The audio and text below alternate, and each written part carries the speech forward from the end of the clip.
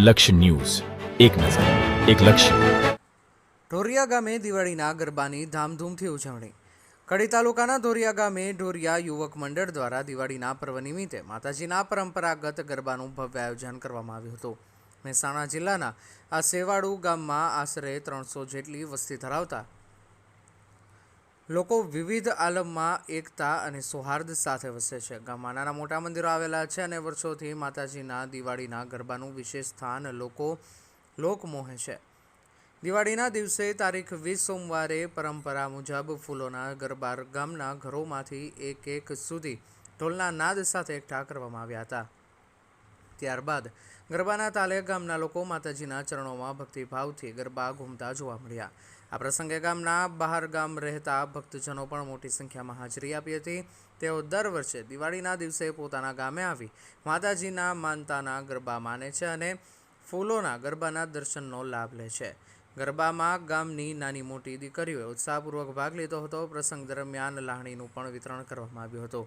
આ ધાર્મિક પ્રસંગ ભવ્ય વેદનીમાં ઉત્સવમય વાતાવરણમાં ઉજવાયો હતો.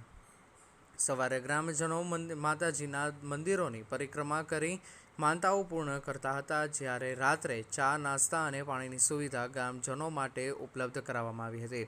આ દિવાળીના ગરબાની ઉજવણી ઢોરિયા ગામ માટે એક અલૌકિક અને એકતાનું પ્રતીક બની રહી છે. Reporter Bhikhabhai S Patel. હું લક્ષ્ય ન્યૂઝનું સ્વાગત કરું છું. મારું નામ પ્રશાંત પટેલ છે.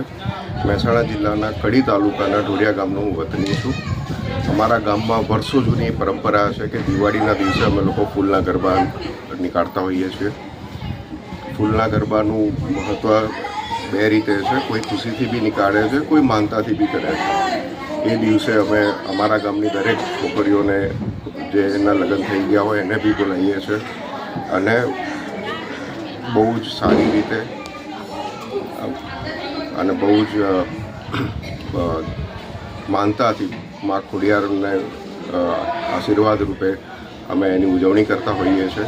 ઉજવણીના ભાગરૂપે જેને બી માનતા રાખી હોય, જેને બી ગરબા નીકાળવાના એમના ઘરેથી ઢોલના નગારે વાજતા ગાજતા અમે એને ચોકમાં લાવીએ છીએ અને પછી આખી રાત એ ગરબાને સાથે ઘૂમીએ છીએ અને પછી બીજા દિવસે સારું મુહૂર્ત જોઈને અમે એને બોલાવતા હોઈએ છીએ અને એ દિવસે રાત્રે જમણવાર બી હોય છે અને ગરબા ચાલુ હોય તે દરમિયાન ચા નાસ્તાની બી વ્યવસ્થા રાખેલી હોય છે.